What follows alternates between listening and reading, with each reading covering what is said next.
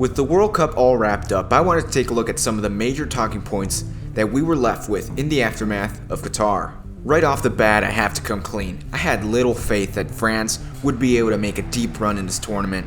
While it might seem silly to think that, with the squad depth that the French side had, there were some question marks at the start of the tournament.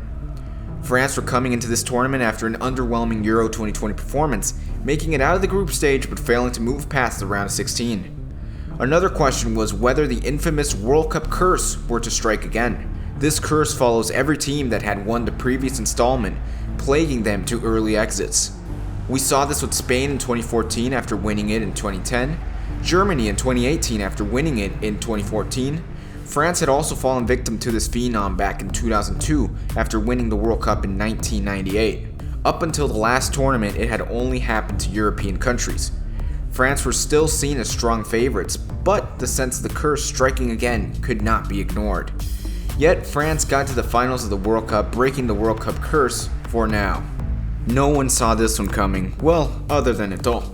But Morocco really did surprise a lot of people in Qatar. They went from being an African team under everyone's radar to being the first African country to make it to the semifinals of the World Cup. After their previous manager was fired and replaced with a couple of months to go to the tournament, this would obviously raise a couple of questions to any follower. Yet they still managed to make the most of it. The team did not have an easy route either, having to make it past a group that included Belgium and knocking out Spain and Portugal to go face to face against last tournament's champions. This Morocco side will be remembered for a long time, and I'm sure this is just the beginning.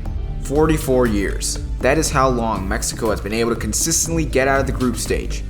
That's 11 World Cups. After a tie against Poland and a loss against Argentina, Mexico needed a win by at least 3 goals to get out of the group stage for knockout round number 12. And after the first and second goal came to Mexico in their game, with a pair of goals following in the Argentina game, the impossible goal was looking possible. However, it was too little too late for Mexico as they won their last game against Saudi Arabia 2-1, crashing out of the group stage on goal aggregate. At least we got to see this beauty from Luis Chavez and another World Cup masterclass from Memo Ochoa to sugarcoat the loss. Canada are known for a lot of things, like maple leaves, maple syrup, and their kindness.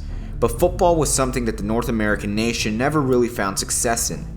In their first appearance at a World Cup since 1986, when they won the CONCACAF Championship, Canada were looking to impress despite their poor fortune in previous editions. Canada was looking to do things better, but unfortunately the best team does not always win. Canada failed to get a single result at Qatar, falling 1-0 against Belgium, 4-1 against Croatia, and 2-1 against Morocco. The upside to this was that Canada scored their first World Cup goal, and it was none other than Bayern Munich defender Alphonso Davies. A truly special moment for a truly special player. Argentina might have been one of the most hyped up teams before the World Cup even started.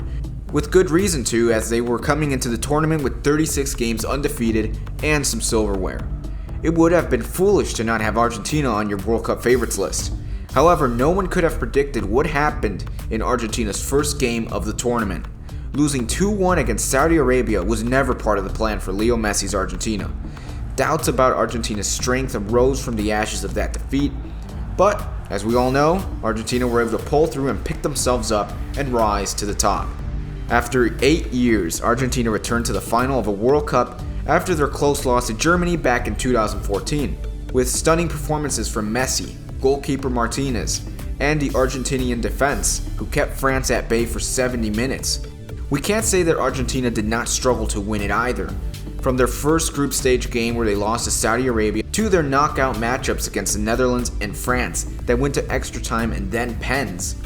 It seemed that fate was on their side as they lifted the coveted trophy and ended a 36-year World Cup drought.